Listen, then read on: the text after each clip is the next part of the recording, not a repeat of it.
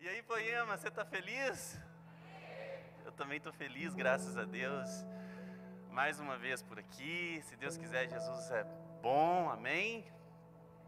Se Deus quiser, eu não vou atrapalhar o que Jesus está fazendo. Você já sabe, eu sou casado com a Janetinha, a boneca que anda. Não precisa levantar hoje não, amor, vamos ganhar tempo. Pai do Davi, da Paloma. Paloma escreveu uma cartinha para mim no Dia dos Pais semana passada. Mexeu com o meu coração, gente. Ela escreveu assim: Pai, obrigado por me ensinar. Obrigado por cuidar de mim, por me proteger. Eu te amo, Pai. Pai, você é a pessoa que eu posso contar todas as coisas.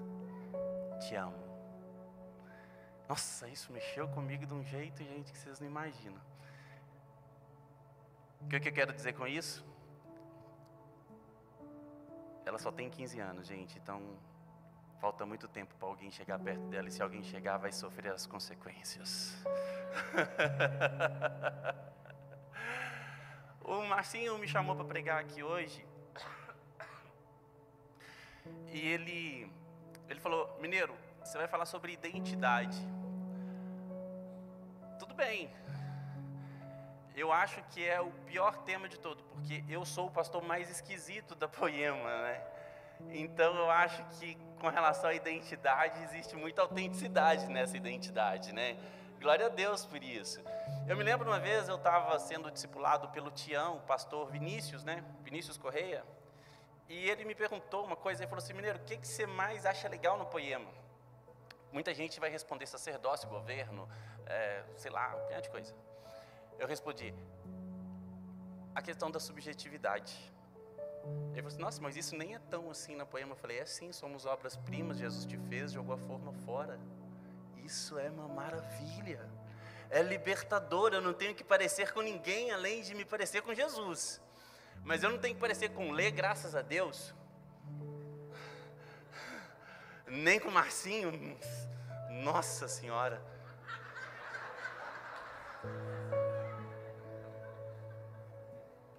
Tá vendo, né? Os religiosos já saem levantando e indo embora agora, porque esse cara tem muita identidade. Meu Deus do céu, como é que pode um negócio desse? A verdade é que aquilo mexeu comigo. Aquilo mexeu comigo. Você ser obra-prima, Efésios 2:10, você é obra-prima, feitura de Deus, criados em Cristo Jesus, desde a fundação do mundo lá para as boas obras criadas no Senhor, preparadas no Senhor. Isso é maravilhoso.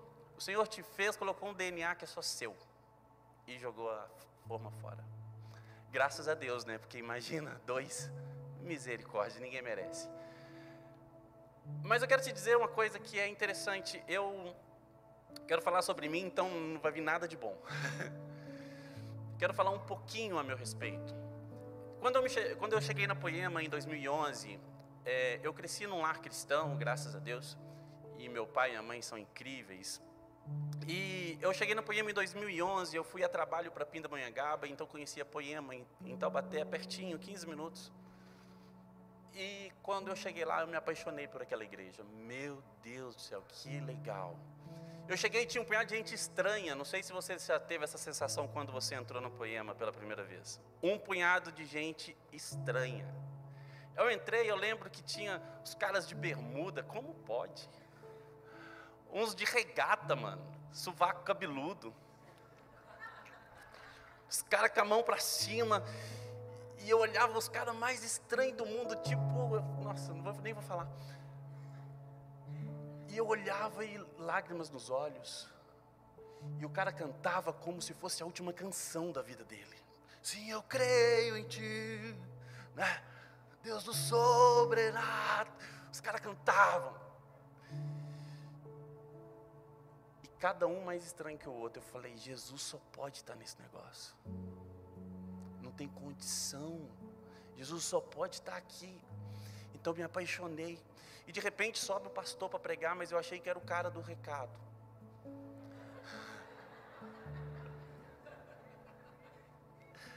Gente, o cara me sobe com uma calça cagada, assim, desculpa. Sabe aquela... aquela coisa assim, aquela calça assim, que você fala, nossa, camisa estranha, cabelinho liso assim, esticado, barbinha, sotaque de taubatiano, misericórdia. E na hora que ele subiu eu falei, nada a ver, vem nada daí. Será que pode vir algo bom de Taubaté? 5 minutos depois, eu estava assim, essa é a minha igreja, esse cara é o meu pastor. Era o Lê pregando, então você já sabe, né? Acabou comigo em 5 minutos e, resumo, cá estou. Apaixonei por aquela igreja, e eu cresci na igreja, então eu sou filho de pastor, gente. Então filho de pastor é igual pato, faz tudo. Não tem baterista, ele aprende a tocar bateria. Não tem contrabaixista, ele aprende a tocar baixo. Não tem guitarrista, ele aprende a tocar guitarra, e quando falta todo mundo, ele canta, toca e prega. Então eu era um pato, fazia tudo e não fazia nada direito. E na Poema, você sabe que para entrar, para fazer alguma coisa, você tem que fazer caça-talento, né? Gente, eu fui reprovado 4 vezes no caça-talento. Eu já ia fazer o próximo para o Ministério da Perseverança. Tipo assim, vai mais uma, eu sei que... Mas isso não aconteceu não. Então eu falava, nossa, mas eu não presto para nada mesmo, né, aqui. Gente, 2018, a gente estava lá no Fire. Quem já foi num Fire aqui? Levanta a mão. Também. Animal, né? Estava lá no Fire e estava demais. Eu passei o dia lá. E eu lembro que de manhã, quem estava ministrando era o Danduque, só para liderança. Então, eu estava liderando GCs na época. E o Danduque estava falando assim, para servir o Senhor, você precisa fazer as contas. Façam as contas, porque servir ao Senhor, você tem que ser um filho maduro. E filho maduro não faz só o que o pai pede, ele faz o que precisa ser feito. Então você vai ter que fazer coisas que Deus não te pediu, mas você sabe que precisa ser feito. Então faça as contas. Isso pode te custar muito. Pode te custar o seu sábado, pode te custar o seu domingo, pode te custar dinheiro, pode te custar a vida. Façam as contas se você quer realmente ser um servo de Deus e um filho maduro. E ele falou, se você quer, vem aqui na frente, eu quero orar por você, mas faça as contas antes. Eu acho que eu não fiz as contas muito certas. E aí eu me lembro que eu já saí andando assim, e eu fiquei bem na beiradinha assim da plataforma, sabe? Nesse cantinho assim, como se fosse lá no cantinho. E daquela hora para frente eu deletei, não sei mais nada que o Danduque falou. Mas eu me lembrei de um ensinamento que o Leandro sempre nos dá. Ele fala assim, se você vem para a igreja, não venha para a igreja para sentir o Senhor. É legal quando a gente sente a presença de Jesus, é poderoso. Mas você pode sentir a presença do Senhor no seu quarto. E ele diz assim, quando você vier para a igreja, venha para tocar o Senhor. Presta atenção, a Bíblia fala a respeito de uma mulher que ela sofria com fluxo de sangue durante 12 anos. Jesus estava no meio de uma multidão e ele caminhava para ressuscitar a filha de um homem. Então Jesus estava andando apressadamente no meio da multidão, estava sendo tocado por todos os lados e de repente Jesus para e fala para os seus discípulos, para tudo porque alguém me tocou. Os discípulos falam para Jesus, Jesus, está todo mundo te tocando. As pessoas estão esbarrando em você. Ele fala, não, alguém me tocou, porque de mim saiu poder.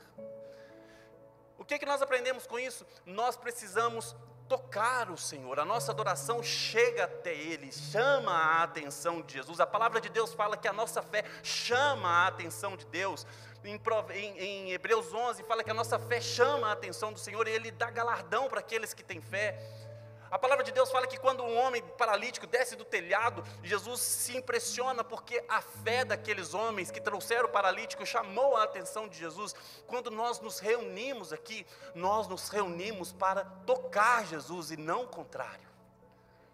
Então quando nós tocamos o Senhor, dele sai poder, então a presença dele se manifesta no ambiente. E eu estava no cantinho ali e eu orava e falava assim, Jesus, eu não presto para nada. Já estou no Ministério da Perseverança, porque cantar, tocar, eu já ia entrar para dança. faltou isso aqui. Mas fala para mim, Jesus, se você me sente. Cara, aquele sábado foi um dos sábados mais longos da minha vida, porque eu fiz uma oração muito sincera para Jesus. Não sei se você já fez essa oração sincera para Deus. Jesus não quer uma oração muito mirabolante, Ele quer corações com oração sincera, simples. E naquele sábado, gente, foi um sábado onde várias pessoas subiram para pregar, e eles pregavam só 15 minutos, era para me provocar, porque cada pregador que subia, eu ficava sentado na frente, assim, na primeira cadeira, olhando para ele, esperando uma profecia. Eis, filho meu, que te vejo. Cara, se eu ganhasse aquela profetada, a vida estava ganha. Então, Danduque pregou à tarde, a mulher do Danduque pregou à tarde, o Mark Schubert pregou à tarde, o Leandro Barreto pregou à tarde, todo mundo, o cara que passou na rua pregou à tarde, todo mundo pregou à tarde, ninguém profetizou para mim. Falei, não é possível, Deus não me vê, eu não estou tocando Jesus. Aí à noite no culto de sábado, quem já foi no culto de sábado do Fire? Mano, é fogo. E o Leandro resolveu no sábado à noite ordenar os diáconos. Então ele ordenou uns 30 diáconos. Quando ele acabou de ordenar o último diácono, ele falou, fiquem de pé, vamos orar pelo povo. Eu falei, eu sou o cocô do cavalo do bandido. Jesus, eu estou te perguntando se eu estou te tocando, você não fala nada. Eu vou para o GC, eu ajudo na limpeza, onde que precisa de alguém para fazer alguma coisa, eu estou fazendo. Não é possível que você não me vê, não é possível que eu não estou te tocando, me mostra alguma coisa. O Leandro acabou de ordenar os diáconos e ele falou, vamos ordenar os pastores. Primeiro casal, Mineiro e Janete.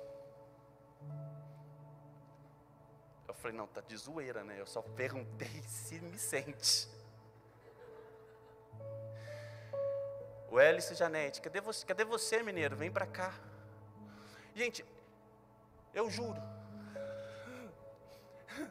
Eu juro. De verdade, naquele momento, eu dei o grito de Gideão. Eu falei, Jesus, eu sou o menor que está aqui. Eu sou o menor. A minha família é insignificante. E eu olhei, a igreja tinha 1.200 pessoas pelo menos, e eu fiquei com vergonha da galera. Eu queria virar para os meus amigos e pedir perdão. Gente, eu não tenho culpa, eu não fui eu, é o Leandro, é doido. Olha o que ele faz.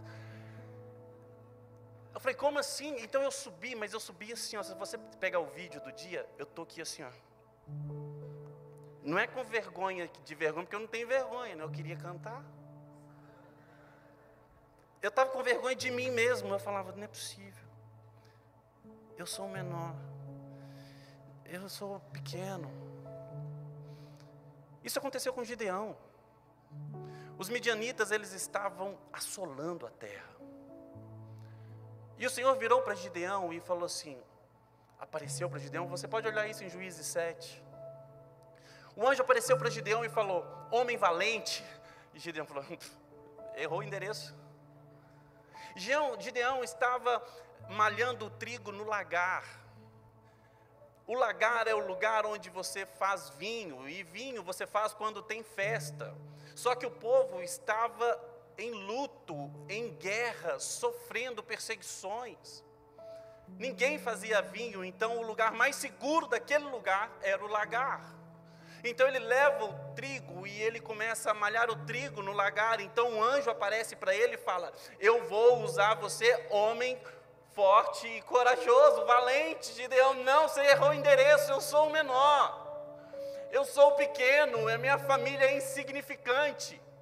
Eu quero dizer para você o seguinte, para cada mentira que o mundo falou para você, para cada mentira que um pai talvez falou para você, para cada mentira que talvez um patrão, um professor, um amigo, um inimigo falou para você, Jesus tem uma verdade absoluta de quem você é. Se você fala, eu sou pequeno, o Senhor está falando, você é grande e valente. A verdade é que a gente não manda currículo para Jesus.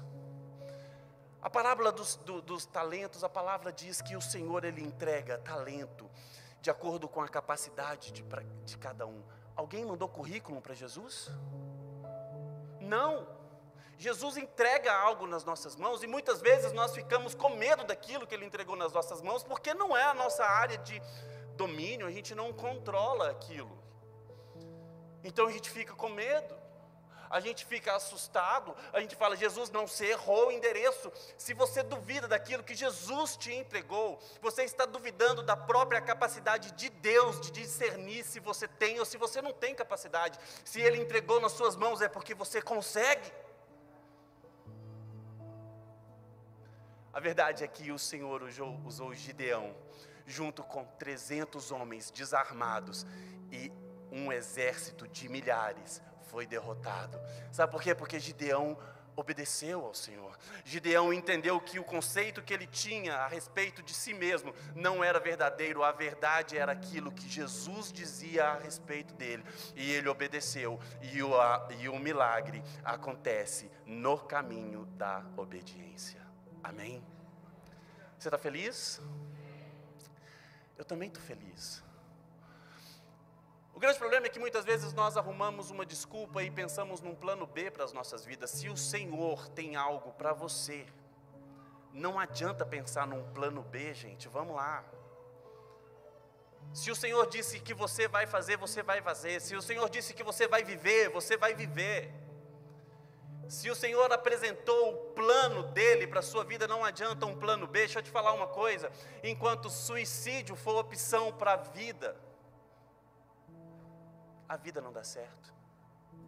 Enquanto divórcio for opção para casamento, o casamento não dá certo.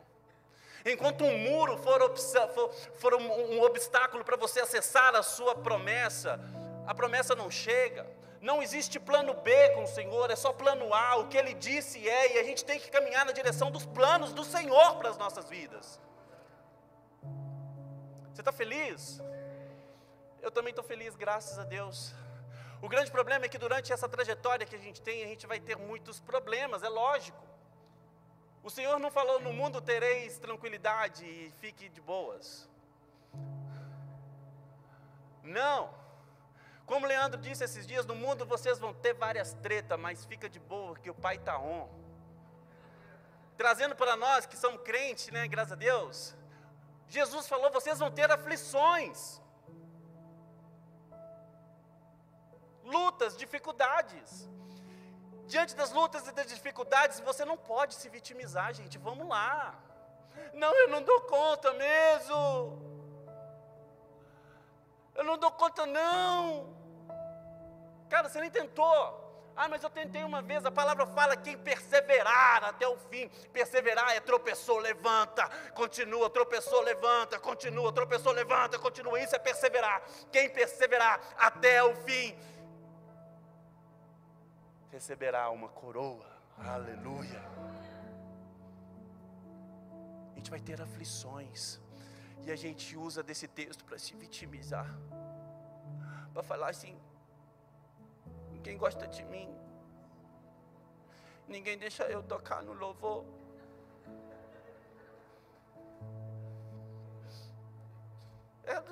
Você toca mal, irmão. Estuda. Não deixa eu cantar desafinado. Depois eu vou cantar para vocês verem como é que eu canto bem. Eu devia estar no louvor. A verdade é que o Brunão me deu o último toco. Foi o Brunão. O último foi o Brunão. Por quê? Porque eu ia estourar.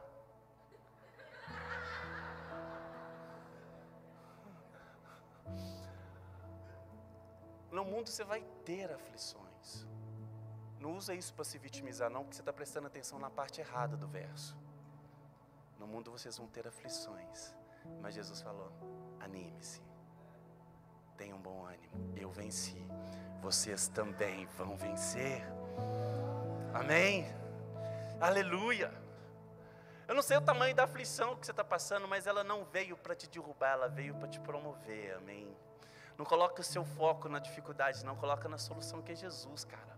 A palavra de Deus fala a respeito do trio Parada Dura. Você conhece o trio Parada Dura? Quem conhece o trio Parada Dura? Velho.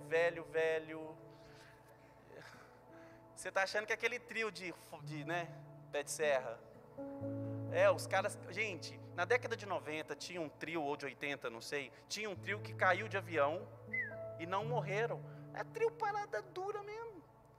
Brasileiro. Mangabinha, tinha o outro lá, esqueci o nome dos caras. Os caras são terríveis, mas não é deles que eu estou falando, não. É sobre Sadraque, Mesaque e Abidnego, Daniel 3.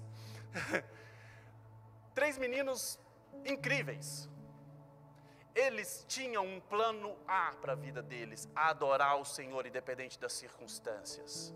Esses caras, eles foram chamados pelo rei Nabucodonosor para ser governadores nas províncias da Babilônia.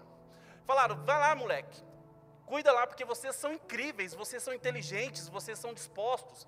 Só que o rei Nabucodonosor teve uma ideia mirabolante, muito boa, fez para si mesmo uma grande estátua e falou que todo o povo, quando uma orquestra tocasse, deveria se curvar diante dessa estátua. O problema é que os meninos, eles não se curvavam, Sadraque, Mesaque e Abidnego só se curvavam diante do rei dos reis, Senhor dos senhores, o nosso Deus, amém? E aí, o que acontece? A sentença de morte era, se você não se curvar diante dessa estátua, você vai morrer. Você vai para a fornalha ardente. Então a banda toca e os meninos se mantêm de pé. A notícia chega para Nabucodonosor e ele fala, vamos ter que cumprir a lei. Então ele chama esses meninos e fala para eles, vamos lá, abre uma exceção, só dessa vez, porque se você se curvar, ninguém está vendo, não vai dar nada, abre uma exceção. Parece que Nabucodonosor falou com você essa semana, né? Abre uma exceção. Não era Sabuco não, tá? É Nabuco. Abre uma exceção, não dá nada, está tudo bem. Eles, nós não nos curvaremos. Sabe qual foi a sentença? A morte. Esses meninos foram sentenciados à morte. Eles foram sentenciados à fogueira ardente. No mundo tereis aflições. No mundo vocês vão passar por momentos difíceis. Mas quem sabe quem é e quem conhece os planos de Deus para a sua vida, que tem um plano A, vai entender que as aflições fazem parte do processo que Deus te colocou. E você vai sair do outro lado mais que vencedor em Cristo Jesus. Aqueles meninos, eles foram lançados na fornalha ardente. Eu quero te dizer que a sabedoria segundo o mundo, ela vai tentar te oferecer segurança, vai tentar te oferecer conforto para te desviar do seu propósito. Presta atenção nisso. Muitas vezes a segurança e o conforto está querendo te tirar do propósito que Deus tem para a sua vida, cara, não negocia. Se você conhece os planos de Deus para você, não negocia, não abra concessão. Aqueles meninos foram lançados na fornalha ardente. Quando eles olharam, uai, eu coloquei 3, aumentou, tem 4. Não, é porque o rei dos reis estava lá.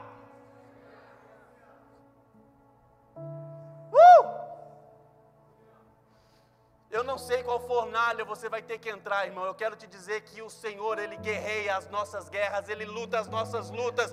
Ele é aquele que vence as aflições. E Ele disse, eu venci, vocês vencerão. Aleluia! E o milagre aconteceu no caminho da obediência ao Senhor. Tem alguém feliz aqui ou está triste já? Gente, nesse porte físico que eu tenho, você percebe que eu sou forte. Os conselhos que meu pai mais me deu na vida foi, filho, se você vê uma briga, não entra não. Eu não sei o que ele quis dizer com isso, eu sou forte. Entra não. Eu, porém, vos digo, se você ver uma boa briga, entra nela. Porque as lutas que nós lutamos não é contra carne ou contra sangue. As lutas que nós lutamos é contra principados e potestades. E deixa eu te falar, você não vai lutar sozinho. Você, no Senhor, é mais que vencedor. Se alguém algum dia disse para você, você é um perdedor. eu te digo, você é mais que vencedor. E mais que vencedor não é porque você vai ficar rico, famoso, se eu tivesse estourado. Mais que vencedor não é sobre isso. Mais que vencedor não é sobre ter muita grana, ter a mulher mais linda do mundo, mesmo porque eu casei com ela. Já era. Às vezes, as coisas boas que o Senhor nos dá roubam os nossos corações. Roubam. Às vezes os títulos que nós carregamos, as posições que nós temos na igreja ou na vida cotidiana, roubam o nosso coração e nos rouba o propósito. Rouba a nossa identidade. E faz brotar uma coisa que é terrível nos nossos corações, chamada orgulho e soberba. A palavra de Deus diz que o orgulho precede a queda. A palavra de Deus fala claramente, não tenha sobre si um conceito mais elevado. Não tenha um conceito mais elevado de si mesmo. Saiba exatamente quem você é. A palavra de Deus nos ensina a amar as pessoas. A palavra de Deus nos ensina a amar a Deus sobre todas as coisas e depois amar pessoas. Nessa equação nós somos o terceiro sempre. Primeiro é Deus, depois é o próximo. Então não tenha um conceito mais elevado de si mesmo. Ame pessoas, independente de quem são, do que fazem, de como andam, de onde vivem. Se é poema, se não é. Poemeiro é difícil amar. Tudo estranho. Tudo estranho. Sabe por quê? Porque a soberba e o orgulho precedem a queda. Mas a palavra de Deus nos ensina que o Senhor dá graça aos humildes. Eu quero te dizer que a porta da graça de Deus na sua vida é a humildade. Quer acessar a graça de Deus? Seja manso e humilde, características de Jesus, cara. Aprendei de mim que sou o quê? Manso e humilde. A humildade é a porta de entrada da graça de Deus para as nossas vidas. E não deixe então que um título, um cargo, algo, um status na sociedade roube quem você é, de si mesmo. Mas entenda quem você é no Senhor. Olha para João Batista. João Batista, a palavra de Deus fala que ele, dos nascidos de mulher, ele era o maior. Quem falou isso? Jesus. Jesus fala, João Batista é demais. Estava hypado João Batista no céu, irmão. Você não está ligado, João Batista fazia telefone direto ali, ó, tinha um telefone, linha direta com Deus. Ele tinha as manhas, estava no hype no céu. E um dia alguém vira para João Batista e fala assim, cara, o meu mestre mandou perguntar para você quem você é, se você é o Messias. João Batista faz o quê? Fica calado. Ah, mas você é um profeta? João Batista fica calado. Mas você é o Cristo? João Batista fica calado, falando, quem você é? A gente precisa de uma resposta de quem você é. Ele fala, eu sou a voz que clama no deserto. Ah, mas quem é você? A gente está querendo saber quem é você, qual é o seu nome, e ele fala, eu não estou nem aí para quem eu sou, importa que o meu nome morra e que o nome de Cristo cresça. Os Arrais cantam uma canção assim. Eles dizem que o meu nome morra com o meu corpo e que o nome de Cristo seja visto em tudo. Deixa eu te falar, quando a gente entende quem a gente é, a gente só quer refletir Jesus por onde quer que a gente vai. Então não deixa, como Sadraque, Mesaque e Abednego, que as aflições roubem o seu coração, que o orgulho roube o seu coração, que os títulos roubem o seu coração. Dificuldades vão aparecer na vida, eu acho que eu já falei a respeito disso aqui um dia. Deixa eu te falar, às vezes quando você é novinho, você passa por uma dificuldade e você pensa assim, eu nunca vou superar isso. Ó, gente, eu comprei uma bota para uma namorada uma vez.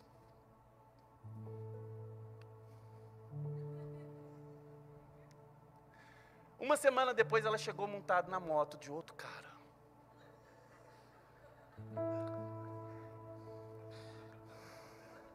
Janete, me ajuda aqui. Eu pensei, nunca mais eu vou amar na vida. Quem já não passou por isso? Perdeu um amor na vida quando tinha 16, 17, 18 anos e pensou, nunca mais eu vou amar. Para mim já era. Tá aí, você é mal acabado e casado com uma mulher bonita.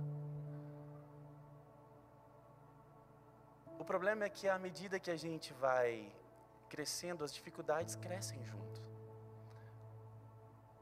Hoje é uma empresa que quebrou. Hoje é uma doença que não tem cura. Hoje é um filho que morreu.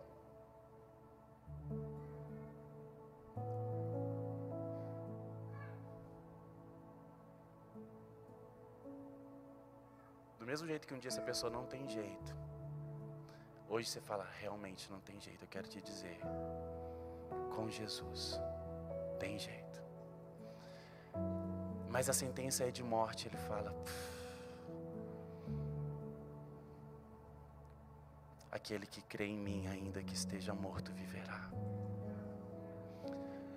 O mundo fala, a esperança é a última que morre. Eu falo, a esperança não morre. A fé, a esperança e o amor não morrem jamais, duram para sempre.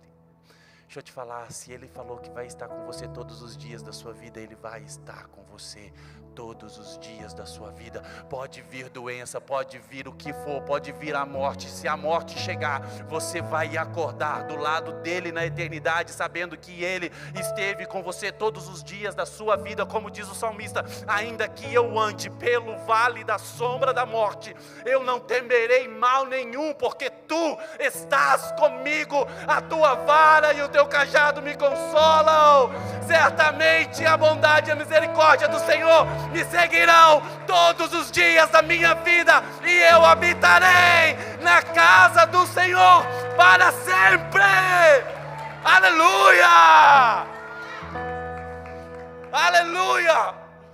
No mundo tereis aflições, irmão, mas sorria, o Pai está on. Eu estou on também, Jesus. Meu Deus do céu. Paulo sofreu, eu vim aqui a última vez, eu preguei sobre Paulo, quem lembra? As marcas de Cristo e tal. Paulo sofreu, irmão. Sofreu. A gente não suportaria o que Paulo passou, e ele fala assim, essas poucas e momentâneas aflições. O cara sofreu vários e vários açoites, naufrágios, passou fome, passou frio, foi traído, passou fome, ficou pelado. E ele fala, essas poucas aflições não se comparam à glória que um dia nos será revelada. Aleluia, cara. Isso é para quem sabe quem é e para quem sabe a quem serve, entende? Aleluia. Então, se está difícil, irmão, segura firme e vai. Segura na mão de Deus e vai, amém? O Ellison, mas onde está a minha identidade? Até agora eu não estou entendendo o que você está querendo falar. Eu quero te falar que o mapa para encontrar a sua identidade está no seu sacerdócio. Mas sacerdócio não é a primeira parte de Mateus 6,6 não, tá, gente? É legal. Mateus 6,6, entra para o seu quarto, fecha a porta e, né? Todo poemeiro conhece esse verso. Quando eu não era da poema, eu só sabia depois. Pai nosso que estás no céu, santificado seja o vosso nome. Aí eu entrei na poema e descobri que tinha o verso 6, entra para o seu quarto. Isso mudou minha vida, cara. Entra para o seu quarto e fecha a porta. Só que sacerdócio não é só isso. Sacerdócio é uma vida de comunhão e relacionamento com Deus. É ser uma carta viva, onde as pessoas podem ler o Evangelho através da sua vida, através de quem você é. No sacerdócio você descobre quem você é, descobrindo quem o Senhor é na sua vida. No sacerdócio você mergulha no Senhor e Ele revela quem você é para você mesmo.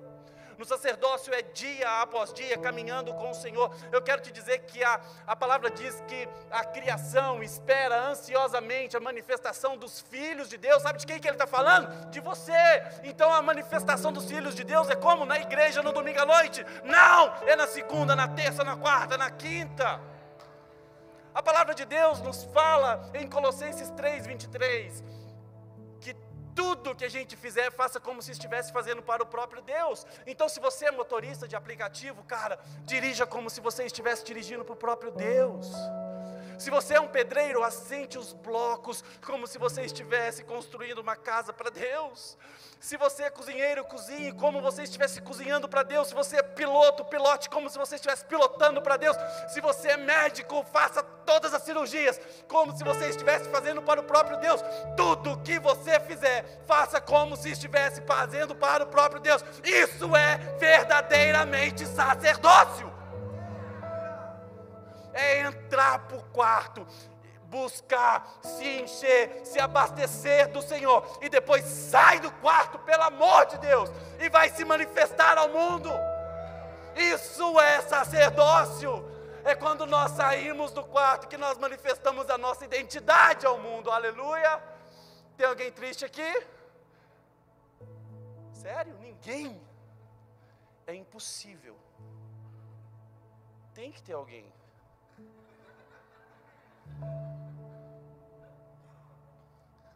Mentira, pecado.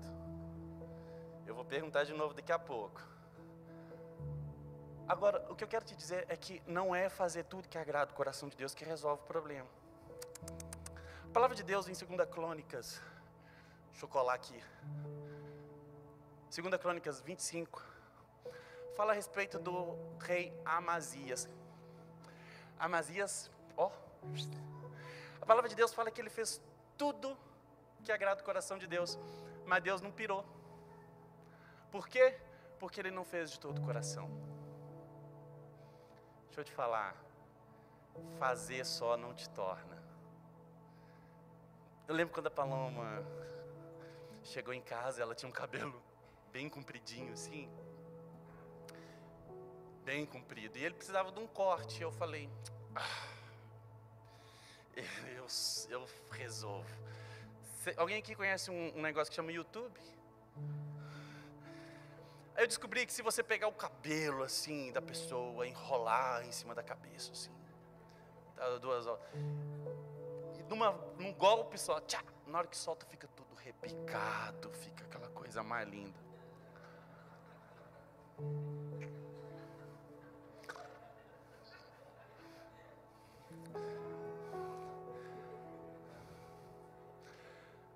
Eu não cortei não, gente, eu entendi, discerni no Senhor que não era para fazer. Mas eu quero te dizer que se eu tivesse cortado, isso não faria de mim um cabeleireiro. Se eu sair daqui chupando uma laranja e jogar algumas sementes pelo caminho, não faz de mim um semeador. Eu me torno. Quando eu me torno, aquilo que eu sou vaza de mim, escorre de mim naturalmente, porque agora eu sou. Faça todas as coisas como se estivesse fazendo para o próprio Deus. Mas se o coração não estiver conectado com o coração de Deus, você só está fazendo coisas. O Senhor não está precisando de gente para fazer coisa não. Ele quer adoradores que o adorem em espírito e em verdade, e que revele Ele por onde anda. É isso que o Senhor quer. Não um bando de gente que sabe fazer um tanto de coisa e nunca se tornou. Identidade não é o que você faz, é quem você é. Amém? Eu estou feliz. Eu estou feliz. Você encontra a sua maturidade no seu sacerdócio, sua identidade no sacerdócio. Mas encontrar a sua identidade não resolve tudo. Você precisa se tornar um filho maduro. E se tornar um filho maduro é se tornar quem você não sabe que é, mas que Deus já sabe que é. Pega a visão. Se você tiver um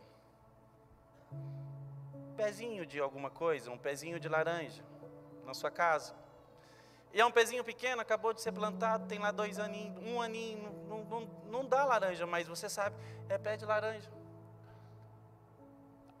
Às vezes a gente é um pezinho de laranja que não está dando fruto, sabe? E a gente fica magoado porque os crentes velhos ficam falando, você não frutifica, irmão. Eu frutifico. Tá ligado? Eu frutifico. Você não frutifica. A palavra do Senhor fala que somos como uma árvore plantada na beira do riacho, que no devido tempo dá os seus frutos. Se esse pezinho de laranja ainda não está frutificando, isso não faz dele um capim, um cansanção. Tem cansanção aqui? Existe? Só em Minas que existe essas coisas.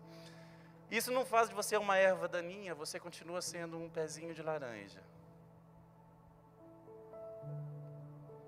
Talvez você ainda não saiba quem você é, mas Jesus já sabe. Deus já sabe.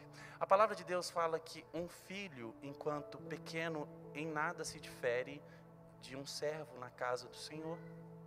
Por quê? Porque um filho, enquanto pequeno, ele não pode assumir as responsabilidades e ele ainda não tem direito de pegar a mão na herança para sair fazendo o que ele quer. Por quê? Porque ele ainda é pequeno e se ele pegar o controle das suas empresas, o controle da sua finança de casa, ele vai falir sua casa, ele vai falir sua empresa. Mas deixa eu te falar uma coisa, ele continua sendo filho. Então quando o Senhor fala, você é forte e corajoso, Ele sabe que você é. Não, mas eu sou o cocô do cavalo do bandido. Não, você é forte e corajoso. Você é sábio. Não, mas eu sou burro. Não, você é sábio. Você é santo. Não, mas eu ainda peco. Não, você é santo. Ele sabe quem você é. O que nós precisamos é entender quem nós somos. Deixa eu te falar uma coisa. O inimigo das nossas almas sabe quem nós somos. A criação sabe quem nós somos. O nosso Deus que nos criou sabe quem nós somos. E muitas vezes nós não sabemos quem nós somos. Está na hora de amadurecer, gente. Para cada mentira que plantaram no seu coração um dia, o Senhor tem uma verdade absoluta de quem você é. Confia na palavra de Deus, confia naquilo que Ele disse que você é, não o que falaram um dia para você, não o que os seus tropeços, tropicões falaram um dia, não, o que o Senhor falou que eu sou. Eu sou. Amém? José novo, José do Egito. Quem conhece a história de José do Egito? José do Egito chega para os seus irmãos e fala: eu sonhei, eu acho que eu vou governar geral.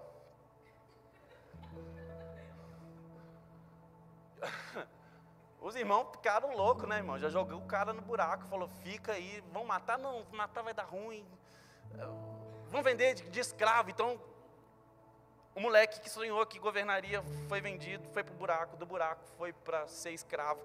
De ser escravo, foi para a prisão e da prisão ele foi governar.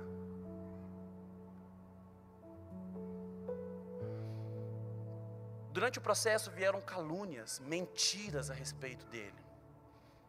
Deixa eu te falar, as calúnias que foram levantadas sobre José não paralisaram ele. As calúnias que se levantaram contra a sua vida um dia não pode paralisar você. Se as calúnias te paralisam, o diabo venceu. Se a queda do pecado te paralisa, o diabo venceu. Se o seu erro te paralisa, o diabo venceu. Deixa eu te falar, você não é o erro que você cometeu um dia, você não é aquilo que as pessoas disseram que você é um dia. A palavra de Deus diz que por mais que o seu passado foi um caos, cheio de trevas, aquele que está em Cristo é nova criatura. As coisas velhas passaram e tudo se fez novo. Aleluia, cara! A sabedoria segundo o mundo vai duvidar de quem você é, mas você tem certeza porque foi Jesus que falou que você é. Então se Ele falou que você é, você é. Essas provações estão terríveis, porque eu estou descobrindo quem eu sou e as provações se levantaram. As provações são motivo de grande alegria, sorria, porque elas produzem perseverança, caráter aprovado, e caráter aprovado, esperança. As provações não vieram para te matar, para te destruir, elas vieram para te aprovar. O Senhor nos garante que nós não seremos tentados além das nossas forças. Por quê? Porque Ele é um bom Pai. Então se nós nos curvamos é porque nós queremos nos curvar. Porque as provações não vêm para nos derrubar, vêm para nos promover para um novo nível no Senhor. Você já passou por lutas, já passou por tristezas, já passou por provações, teve perseverança. O Senhor olhou para você e falou: homem de caráter aprovado. Então você tem esperança, sabe por quê? Porque não é mais uma provaçãozinha que te para. Eu vou trazer à memória aquilo que me dá esperança. E muitas vezes a esperança vem no meio do caos. E caos é matéria-prima para o milagre de Deus. Aleluia! Entrega seu caos para Jesus, irmão. Está passando por provações? Persevera. Isso vai trazer esperança para você, aleluia. Jesus é bom demais, né? Se ficar ruim para você, como ficou para José, faça como Davi no Salmo 40.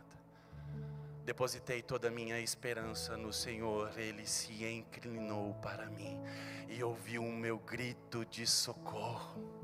Ele me tirou no poço de destruição, de um atoleiro de lama, pôs os meus pés sobre uma rocha e firmou os meus passos num lugar seguro e colocou nos meus lábios um novo cântico. Deixa eu te falar, se para você sozinho não está dando, chama quem pode resolver, chama Jesus para lutar as suas lutas, as suas dificuldades, as suas provações, e Ele vai firmar o seu pé sobre a rocha. E se você antes cantava com tristeza no rosto, agora Ele coloca um novo cântico nos seus lábios, um cântico de adoração e de exaltação ao nome dEle, aleluia! Meu Deus, eu estou pentecostal. Misericórdia. Vou até beber água. Tem alguém triste aí?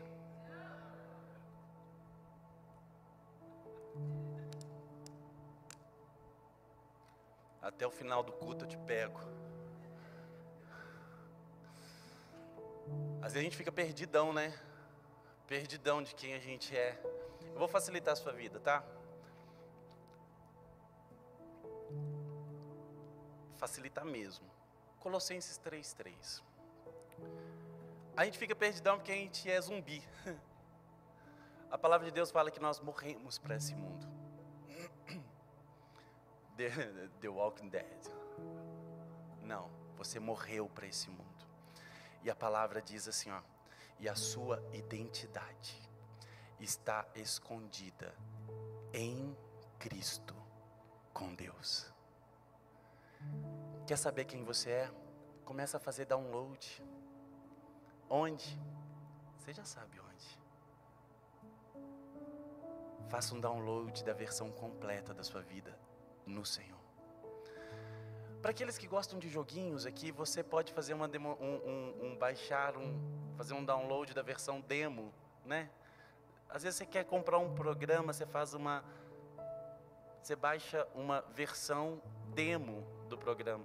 Não é demônio não, apesar de parecer, mas é quase igual demônio, né? Só te leva até um lugar, dali para frente é morte. O golpe tá aí, cai quem quer, né? Vai para o Senhor e faz um download da versão completa da sua vida nele. Então isso não vai acontecer hoje. Está acontecendo hoje. E vai estar acontecendo amanhã. E vai continuar acontecendo todos os dias, até que você se encontre com Ele. Agora, para facilitar um pouco mais a sua vida, no verso 12, ele fala assim, ó: sabe quem vocês são? Sabe quem você é? Portanto, como povo escolhido de Deus. Esses dias eu estava em casa, domingo passado, domingo retrasado, a Janete estava preparando o almoço, então ela colocou o feijão assim, cru, tá, gente, na bancada. E ela começou a escolher o feijão. Ela começou a tirar as imperfeições, aqueles que não serviam. E ela escolheu aquilo que ela falou: isso aqui tá bom. Você foi escolhido por Deus. E o texto continua, o texto fala: você é santo. Wellington, o pecado fica batendo na minha porta. Você é santo, foi o que a palavra disse que você é. Esse adjetivo não vem de você, esse adjetivo vem do Senhor. Você é escolhido de Deus, é santo. E mais, você é amado. Cara, você sabe o que isso significa? Ser amado. A palavra de Deus diz que ainda que uma mãe que amamenta se esquecer do seu filho, o Senhor jamais vai esquecer de você. Isso é amor. Talvez você já teve um filho, você já amamentou essa criança.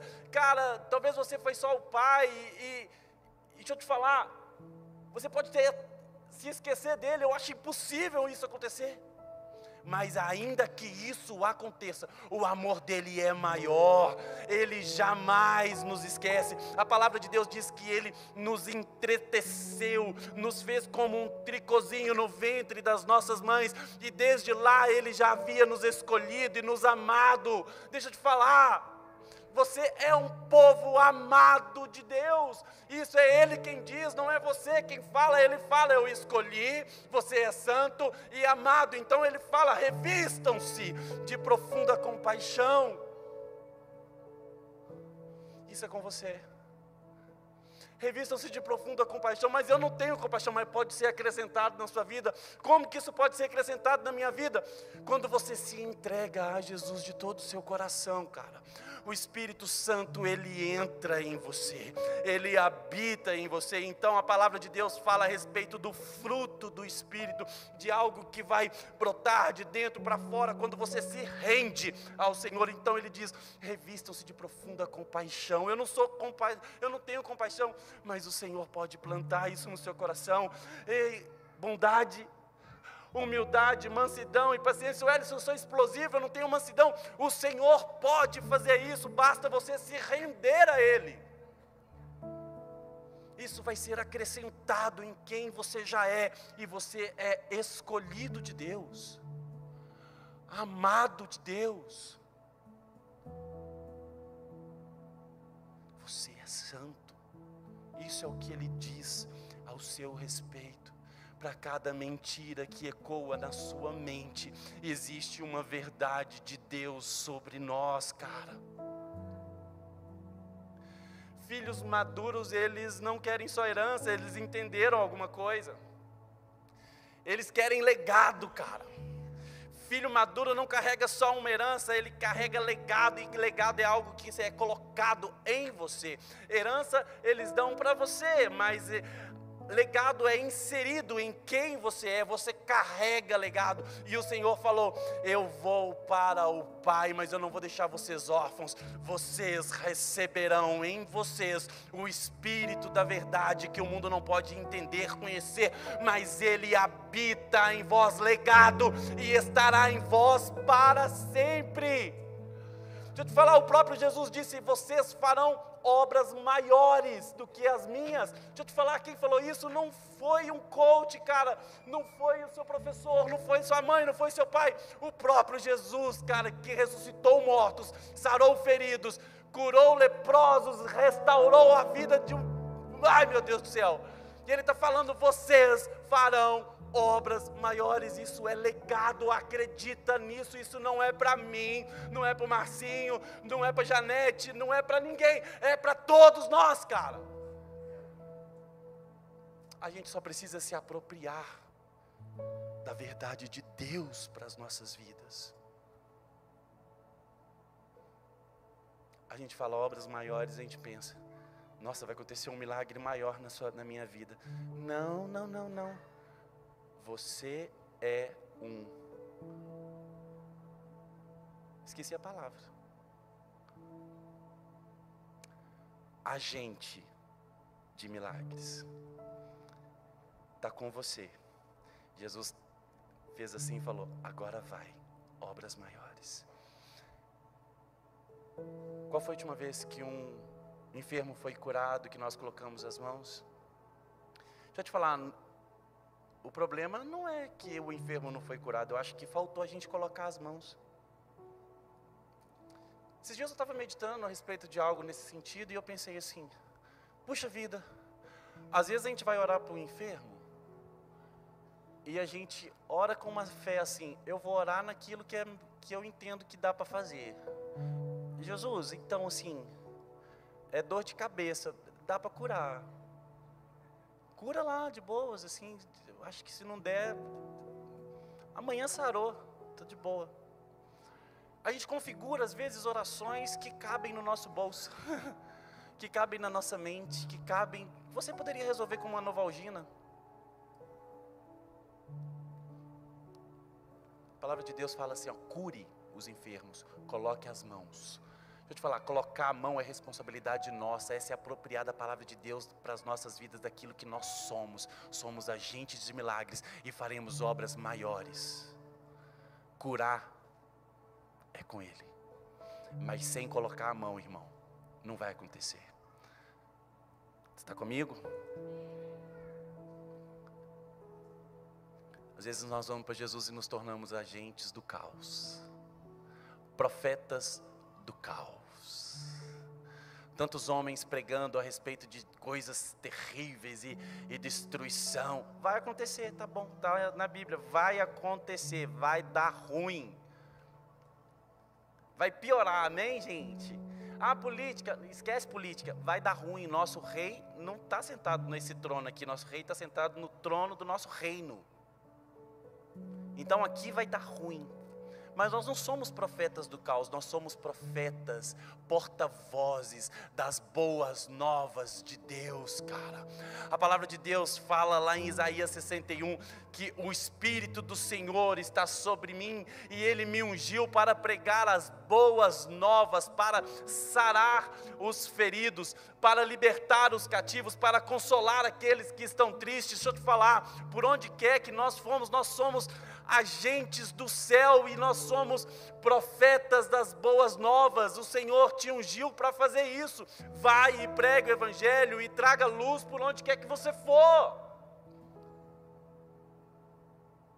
Pessoas feridas, cativas, e nós estamos, oh, é assim mesmo. Não, não é assim mesmo. O Evangelho é para a libertação do cativo, é para a cura do ferido, é para consolar aqueles que estão tristes. O Evangelho é o poder de Deus para transformar o homem, amém? Amém ou não amém? A nossa mensagem não é, vai dar errado, não. A nossa mensagem é, existe um futuro e uma esperança. O choro pode durar a noite inteira, mas a alegria do Senhor, ela vem pela manhã. Então se você está no choro hoje, irmão, eu quero te falar, que o sol vai raiar mais uma vez. Aleluia! Meu Deus do céu. Às vezes o seu passado tenta roubar a sua identidade. Wellington, eu cometi muitos erros. Eu estou te convidando a deixar tudo para trás, a ser nova criatura no Senhor. Wellington, mas existe uma maldição na minha família. O sangue do Cordeiro, cara, o nome de Cristo, cara, Ele triunfa sobre todo o mal, que toda maldição foi quebrada na cruz do Calvário no dia que você se rendeu ao Senhor. Não vem com papo de maldição não, porque o meu Deus é Deus de bênção. Aleluia! Aleluia! O meu passado é terrível. Você não é o passado, cara. Você é aquilo que Jesus disse que você é. E Ele tem para você um futuro e uma esperança. Olha para Sansão, viveu errado a vida inteira. Mas no dia da sua morte, ele reconhece que sem a presença do Espírito na sua vida, ele não era nada e que ele precisava do Senhor. Então, pela fé, ele ora mais uma vez e fala: Senhor, me encha só mais uma vez do teu Espírito. E a palavra de Deus diz que ele foi invadido pelo Espírito de Deus, cara. Olha para o ladrão da cruz, ele não teve tempo de dar esmola não, irmão. O ladrão da cruz não teve tempo de fazer boa obra, não, irmão. Ele só teve tempo de falar: Jesus, quando estiveres no paraíso, lembra de mim, por favor. Naquela hora houve salvação, cara. Que se dane o seu passado. Jesus tem um futuro e uma esperança. A mulher adúltera, pequei, pecou, vai e não peque mais. O que conta é quando você encontra Jesus para frente, irmão. Encontrou Jesus, se você não encontrou Jesus e tropeçou, encontra Jesus agora de novo. O que vale é de agora. A vida acontece agora, não é o que aconteceu lá atrás, é o que está acontecendo agora que vale. Qual é a verdade? A verdade é que Jesus estará conosco todos os dias das nossas vidas, até a consumação dos séculos, aleluia. Você não é aquilo que você fez, cara. Você é quem Jesus diz que você é.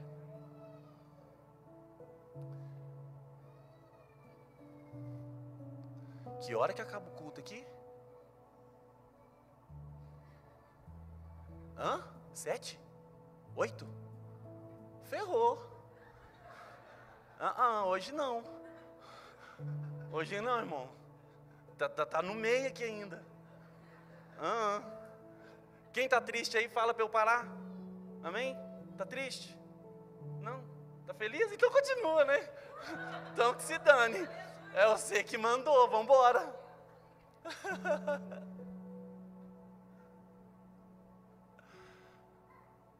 Tá, mas quem você é?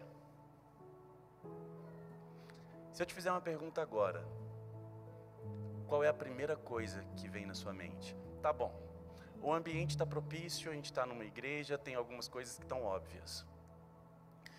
Se alguém te encontra na rua amanhã e te perguntar: quem é você? Qual a sua identidade?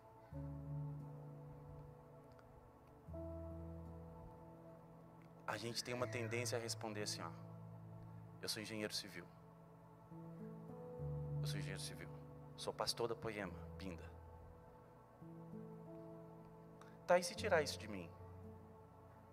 Eu sou o quê? Eu sou marido da Janete. E se tirar isso de mim? Eu sou o quê? Mas eu sou pai da Paloma e do Davi. E se Deus me tirar isso, eu sou o quê?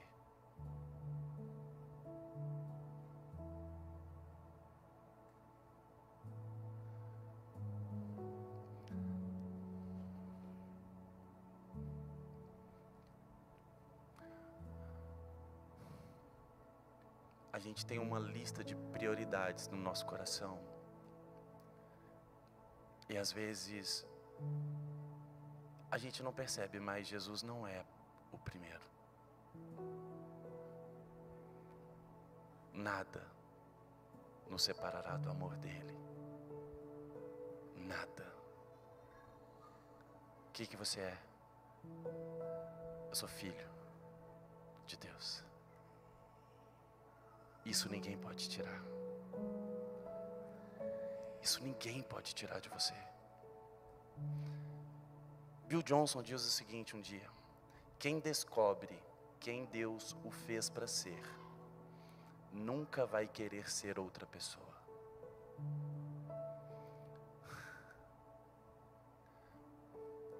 Sabe naquela noite que eu falei: Jesus, você me sente? E ele falou: vem ser pastor, vem pastorear. Aquilo para mim foi assim, uma resposta clara de Deus. Eu entendi naquela hora. A ficha uma hora caiu e eu falei: Jesus, você me respondeu. Eu entendi Jesus falando assim para mim: Wellington, até aqui ok. Mas na sequência, eu tenho certeza que foi Jesus que fez uma pergunta para mim. E a pergunta foi: e agora? O que você vai fazer com isso?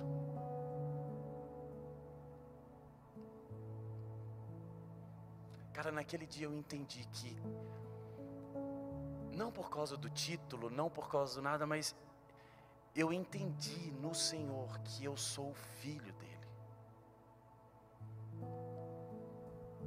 A palavra de Deus ensina o seguinte, ela diz: ensina o seu filho no caminho em que ele deve andar, para quando mais tarde ele não se desviar do caminho.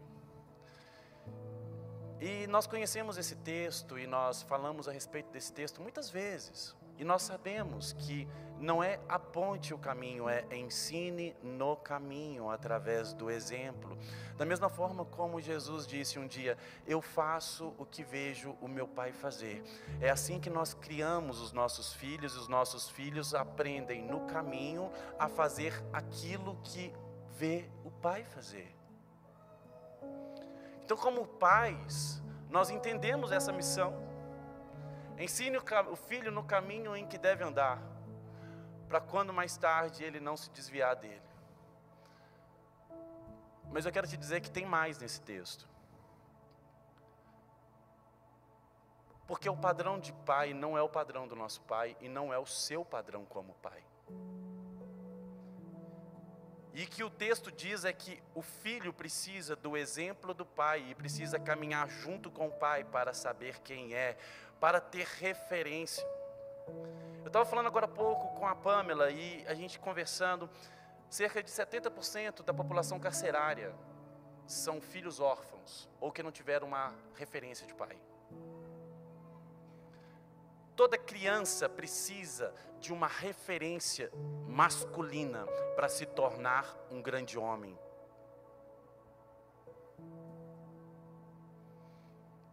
Todo filho precisa de uma referência do pai para se tornar um grande homem. O que eu enxergo nesse texto é Jesus falando assim: caminha comigo. Anda comigo pelo caminho e aprenda o caminho. Me tenha como referência. Da mesma forma como uma criança precisa de um homem para se tornar um grande homem, um homem precisa do Senhor para se tornar um grande homem de Deus. Mas a relação aqui não é se tornar homem. A relação aqui é pais e filhos. Quando nós vamos para Jesus, nós não ganhamos um título cristão. Não. Quando nós nos rendemos a Jesus, nós nos tornamos filhos, não cristãos. Cristãos tem a ver com outra coisa. Se não te chamar de cristão pela vida inteira, não importa. Que te chame de filho de Deus. Esse é o lugar onde o Senhor quer que você esteja, filho de Deus. A morte de Jesus foi para nos dar um lugar na mesa. A palavra de Deus diz que antes nós éramos como peregrinos no mundo, mas agora nós somos membros da família de Deus. A palavra de Deus também diz que Jesus veio para os seus, mas os seus os rejeitaram. Porém, todos quantos o receberam, Ele deu o direito de serem feitos o quê? Filhos de Deus. O ponto principal da nossa identidade é ser filhos de Deus. O grande problema que às vezes nós não entendemos é que ganhar um pai é diferente de se tornar filho. O pai decide ser. Eu preciso contar algo para vocês. Em 2021,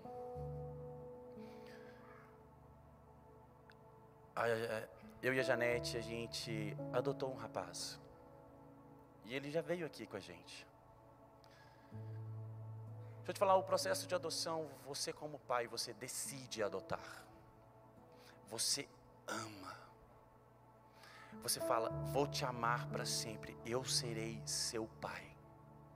Sabe o que pode mudar esse pensamento? Nada. Quando o Senhor amou o mundo de tal maneira, Ele entregou o seu único Filho, para que todo aquele que nele crê não pereça, mas tenha a vida eterna. Esse texto é lindo.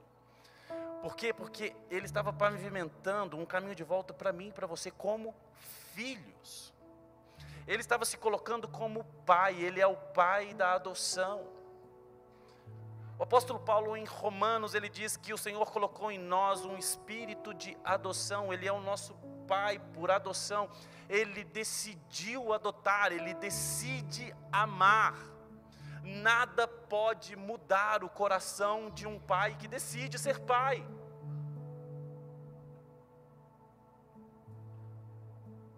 Então nós adotamos aquele jovem. E quando nós adotamos, nós conhecemos uma faceta do coração de Deus.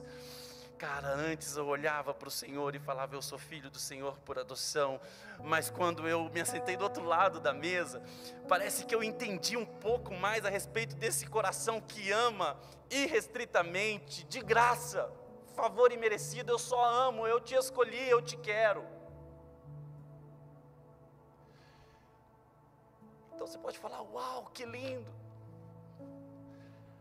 2 anos e meio depois, esse adolescente já estava com 15 anos, um rapaz forte, bonito. Estava lindo ele. Ele decidiu voltar para o abrigo. Simples assim.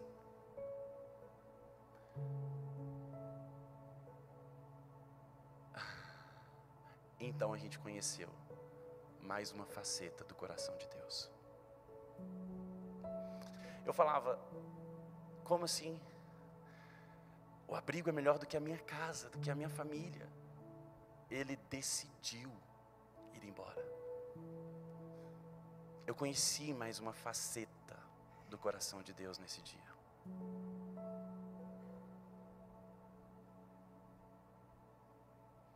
Pai decide ser pai. Filho tem que se apropriar para se tornar filho. Ganhar um pai é diferente de se tornar um filho, cara.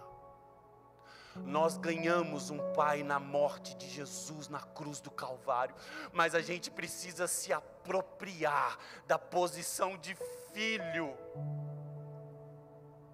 Saber quem nós somos filhos amados de um pai amoroso que me ama sobre qualquer circunstância.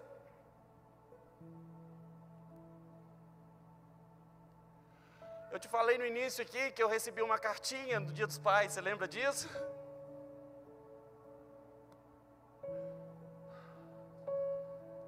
Eu quero te dizer que o Gabriel não veio sozinho, esse rapaz ele não veio sozinho, ele veio com a irmã dele. E ela mandou uma cartinha domingo para mim falando, pai, você me ensina. Pai, você cuida de mim, pai, você me ama, pai, você me corrige. Pai, eu posso confiar em você, pai, eu falo todas as coisas para você, eu confio em você, papai. Sabe qual que é a identidade, cara, que a gente precisa ter? De alguém que encontrou um pai, cara, e que pode falar todas as coisas para ele, que pode pedir todas as coisas para ele, pode saltar no colo dele, pode se lançar sem medo onde for, que ele estará com você todos os dias da sua vida, até a consumação dos séculos, aleluia!